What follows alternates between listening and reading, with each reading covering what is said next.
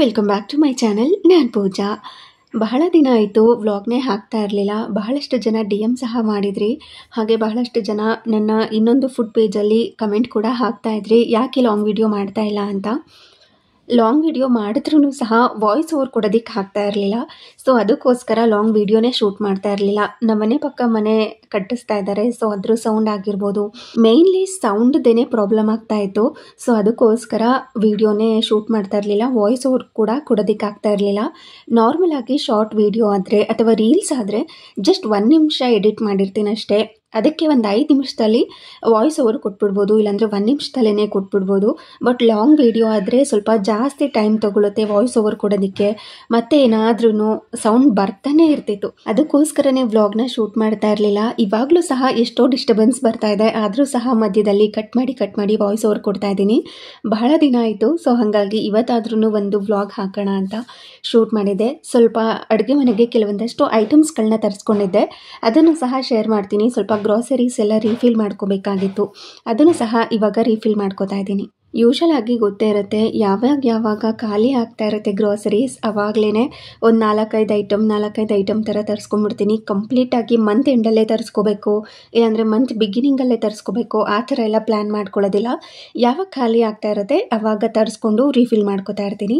ಕೆಲವೊಂದು ಸಾರಿ ಆನ್ಲೈನಲ್ಲಿ ತರಿಸ್ಕೊಳ್ಳೋದಕ್ಕೆ ಆಗಿರಲಿಲ್ಲ, ಏನಾದ್ರೂ ತರಕಾರಿ ತೊಗೊಳೋದಕ್ಕೆ ಹೊರಗಡೆ ಹೋಗಿದ್ದೆ, ಇನ್ ಕೇಸ್ ಏನಾದ್ರೂ ಹೊರಗಡೆ ಹೋಗಿದೆ ಅಂದಾಗ ಬರ್ತಾನೆ ದಿನಸಿ ಅಂಗಡಿಲಿ ತೊಗೊಂಡು ಬಂದುಬಿಡ್ತೀನಿ. ಇವತ್ತು ಸಹ ಹಾಗೆಯೇ ಸ್ವಲ್ಪ ಧನಿಯಾ ಆಗಿರ್ಬೋದು, ಮತ್ತು ಸಕ್ಕರೆ, ಕಡಲೆ ಬೀಜ, ಇದನ್ನೆಲ್ಲ ನಾರ್ಮಲ್ ದಿನಸಿ ಅಂಗಡಿಲೇ ತೊಗೊಂಡು ಬಂದಿದ್ದೆ. ಇನ್ನು ಕೆಲವೊಂದಷ್ಟು ಆಲ್ರೆಡಿ ಆನ್ಲೈನಲ್ಲಿ ಶಾಪ್ ಮಾಡಿದ್ದೆ, ಅದೇ ಇತ್ತು. ಸೊ ಅದನ್ನೇ ರೀಫಿಲ್ ಮಾಡಿಕೊಂಡು ಎತ್ತಿಟ್ಕೋತಾ ಇದ್ದೀನಿ.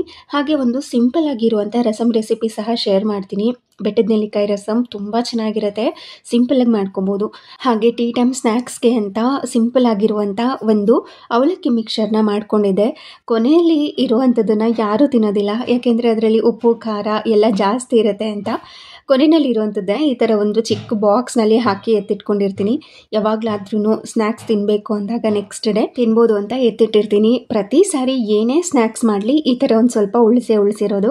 ಇವಾಗ ಬೆಟ್ಟದ ನೆಲ್ಲಿಕಾಯಿ ರಸಮ್ ಮಾಡ್ಕೊಳ್ಳೋದಕ್ಕೆ ಒಂದು ಮಿಕ್ಸಿ ಜಾರ್ಗೆ ಸ್ವಲ್ಪ ಜೀರಿಗೆ, ಕಾಳುಮೆಣಸು, ಸಿಪ್ಪೆ ತೆಗೆದಿಟ್ಕೊಂಡಿರುವಂಥ ಬೆಳ್ಳುಳ್ಳಿ, ಖಾರಕ್ಕೆ ತಕ್ಕಂತೆ ಹಸಿಮೆಣಸಿನಕಾಯಿ, ಸ್ವಲ್ಪ ಕರಿಬೇವಿನ ಸೊಪ್ಪು, ಸ್ವಲ್ಪ ಕೊತ್ತಂಬರಿ ಸೊಪ್ಪನ್ನ ಹಾಕಿ 3 ಬೆಟ್ಟದ ನೆಲ್ಲಿಕಾಯಿನ ಈ ಥರ ಸಣ್ಣದಾಗಿ ಕಟ್ ಮಾಡ್ಕೊಂಡು ಸೇರಿಸಿ ಇದನ್ನು ತರಿಯಾಗೇ ರುಬ್ಕೋಬೇಕು. ನೋಡ್ತಿದ್ದೀರಲ್ವ ವಿಡಿಯೋದಲ್ಲಿ, ಸೊ ಅದೇ ಥರನೇ ಇರಬೇಕು. ಇವಾಗ ಒಂದು ಮಡಕೆ ಅಥವಾ ಯಾವುದಾದ್ರೂ ಒಂದು ಪಾತ್ರೆನ ಬಿಸಿ ಮಾಡಲಿಕ್ಕೆ ಇಟ್ಕೊಂಡು ಅದಕ್ಕೆ ಸ್ವಲ್ಪ ಎಣ್ಣೆನ ಹಾಕಿ, ಅದು ಕಾದಾದ್ಮೇಲೆ ಸ್ವಲ್ಪ ಸಾಸಿವೆ, ಬೇಕು ಅಂದರೆ ಜೀರಿಗೆನ ಹಾಕ್ಕೋಬೋದು, ರುಬ್ಬುವಾಗ ಹಾಕ್ಕೊಂಡಿದ್ವಲ್ವ ಏನು ಅಗತ್ಯ ಇರೋದಿಲ್ಲ. ನಿಮ್ಮ ಮನೆಯಲ್ಲಿ ರಸಮ್ಗೆ ಯಾವ ಥರ ಒಗ್ಗರಣೆ ಕೊಟ್ಕೋತೀರಾ ಆ ಥರ ಹಾಕ್ಕೋಬೋದು. ನಾನಿಲ್ಲಿ ಕರಿಬೇವಿನ ಸೊಪ್ಪು, ಒಣಗಿರುವಂಥ ಮೆಣಸಿನಕಾಯಿನ ಹಾಕಿ ಫ್ರೈ ಮಾಡಿಕೊಂಡು ನಾವು ಆಲ್ರೆಡಿ ಗ್ರೈಂಡ್ ಮಾಡಿ ಇಟ್ಕೊಂಡಿದ್ವಲ್ವ ಅದನ್ನು ಇದರೊಳಗಡೆ ಸೇರಿಸ್ಕೊಂಡು ಸಿಮ್ನಲ್ಲಿ ಇಟ್ಕೊಂಡು ಜಸ್ಟ್ ಇದನ್ನು ಮಿಕ್ಸ್ ಮಾಡಿಕೊಂಡ್ರೆ ಸಾಕು. ತುಂಬ ಹೊತ್ತು ಫ್ರೈ ಮಾಡ್ಕೊಳ್ಳೋ ಅಗತ್ಯ ಇರೋದಿಲ್ಲ, ಒಂದು 30 ಸೆಕೆಂಡ್ಸ್ ಮಿಕ್ಸ್ ಮಾಡಿಕೊಂಡ್ರೆ ಸಾಕು.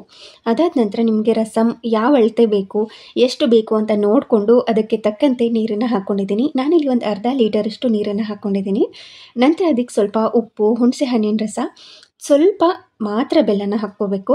ಬೆಲ್ಲ ಕಂಪ್ಲೀಟ್ಲಿ ಆಪ್ಷನಲ್, ಬೇಕಿದ್ರೆ ಹಾಕ್ಕೋಬೋದು, ಇಲ್ಲಾಂದರೆ ಸ್ಕಿಪ್ ಮಾಡ್ಕೋಬೋದು. ಸ್ವಲ್ಪ ಬೆಟ್ಟದ ನೆಲ್ಲಿಕಾಯಿ ಒಗ್ರು ಅನಿಸುತ್ತೆ ಅಲ್ವಾ, ಸೊ ಅದು ಬ್ಯಾಲೆನ್ಸ್ ಆಗಲಿ ಅನ್ನೋ ಕಾರಣಕ್ಕೆ ಸ್ವಲ್ಪ ಬೆಲ್ಲ ಹಾಕ್ಕೋತೀನಿ ಅಷ್ಟೇ. ಜಸ್ಟ್ ಇದು ಒಂದು ಕುದಿ ಬಂದ ತಕ್ಷಣವೇ ಕೊತ್ತಂಬರಿ ಸೊಪ್ಪನ್ನು ಹಾಕಿ ಜಸ್ಟ್ ಇದನ್ನು ಮಿಕ್ಸ್ ಮಾಡಿಕೊಂಡ್ರೆ ಆಯಿತು. ಸೂಪರಾಗಿರುವಂಥ ಬೆಟ್ಟದ ನೆಲ್ಲಿಕಾಯಿ ರಸಮ್ ರೆಡಿಯಾಗಿರುತ್ತೆ. ಜಸ್ಟ್ 10 ಮಿನಿಟ್ಸಲ್ಲಿ ಮಾಡ್ಕೋಬೋದು. ಅಡುಗೆ ಬರದೇ ಇರೋರು ಸಹ ಮಾಡ್ಕೋಬೋದು, ಅಷ್ಟು ಸಿಂಪಲ್ ಆಗಿರುತ್ತೆ. ಹಾಗೆ ರುಚಿ ಕೂಡ ತುಂಬ ಚೆನ್ನಾಗಿರುತ್ತೆ, ಇಮ್ಯುನಿಟಿ ಸಹ ಬೂಸ್ಟ್ ಮಾಡುತ್ತೆ. ಇದನ್ನು ಅನ್ನ ಜೊತೆನಾದ್ರೂ ತಿನ್ಬೋದು, ಇಲ್ಲ ಅಂತಂದರೆ ಹಾಗೆ ಸಹ ಕುಡಿಬೋದು. ತುಂಬ ಚೆನ್ನಾಗಿರುತ್ತೆ, ಬೇಕಿದ್ರೆ ಒಮ್ಮೆ ಟ್ರೈ ಮಾಡಿ ನೋಡಿ.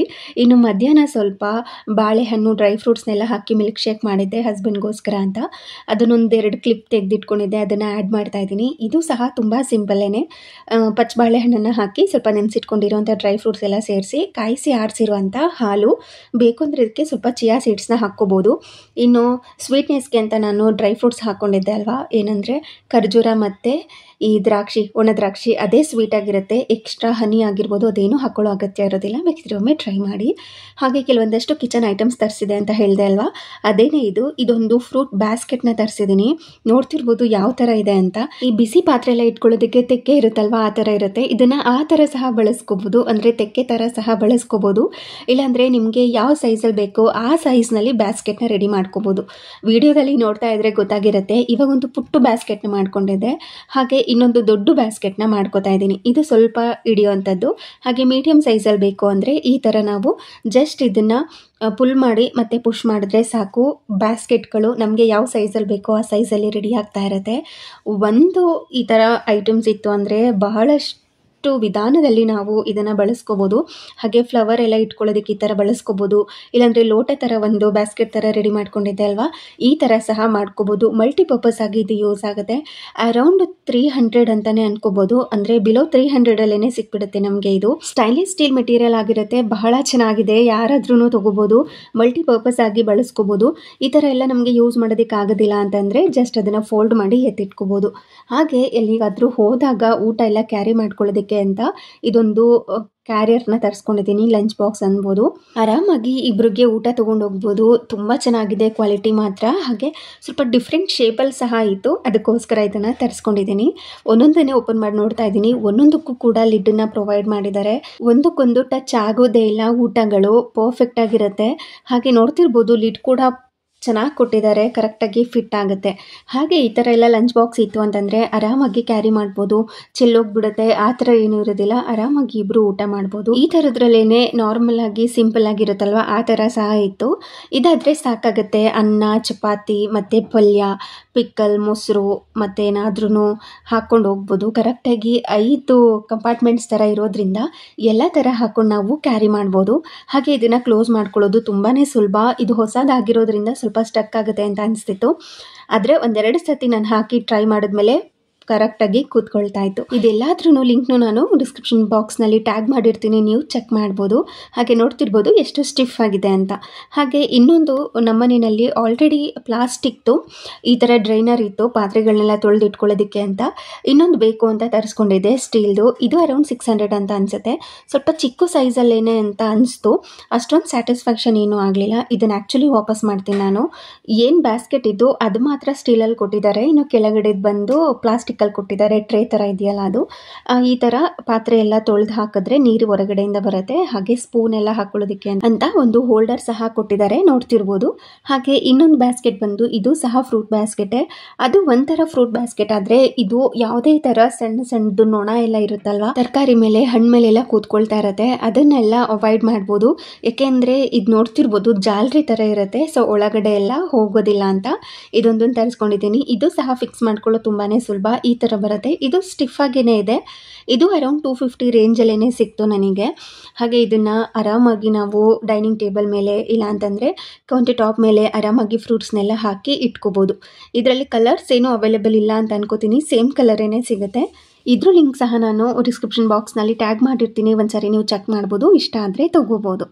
ಹಾಗೆ ಇನ್ನೊಂದು ಲಂಚ್ ಬಾಕ್ಸ್ನ ತರಿಸಿದೆ. ಈ ನಡುವೆ ಅಂತೂ ಸ್ಕೂಲ್ಗಳಲ್ಲೂ ಕೂಡ ಪ್ಲಾಸ್ಟಿಕ್ ಲಂಚ್ ಬಾಕ್ಸ್ನ ಅಲೋ ಮಾಡ್ತಾ ಇಲ್ಲ, ಸೊ ಅದಕ್ಕೋಸ್ಕರ ಒಂದು ಸ್ಟೀಲ್ ಲಂಚ್ ಬಾಕ್ಸ್ ಇರಲಿ ಅಂತ ತರಿಸಿದ್ದೀನಿ. ನೋಡ್ತಿರ್ಬೋದು ಈ ಥರ ಬರುತ್ತೆ.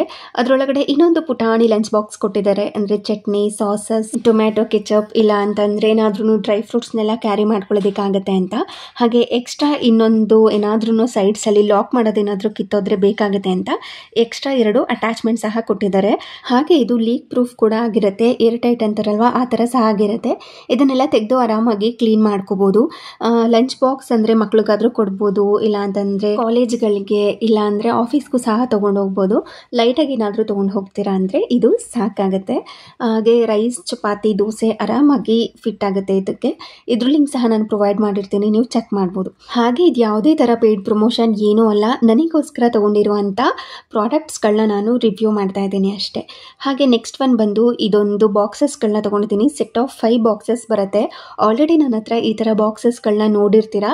ಬಹಳಷ್ಟು ಜನ ಲಿಂಕ್ ಸಹ ಕೇಳಿದ್ರಿ, ನಾನು ಪ್ರೊವೈಡ್ ಮಾಡಿದ್ದೆ, ಆದರೂ ಸಹ ಲಿಂಕ್ ಕೇಳ್ತಾ ಇದ್ರಿ. ನನ್ನ ಹತ್ರ ಇರುವಂಥ ಬಾಕ್ಸಸ್ಗಳನ್ನ ನಾನು ತೊಗೊಂಡಿದ್ದು ಬಂದು ಮೀಶೋದಲ್ಲಿ, ಬಟ್ ಈ ಸರಿ ತರಿಸಿರುವಂಥ ಬಾಕ್ಸಸ್ ಬಂದು ಫ್ಲಿಪ್ಕಾರ್ಟಲ್ಲಿ.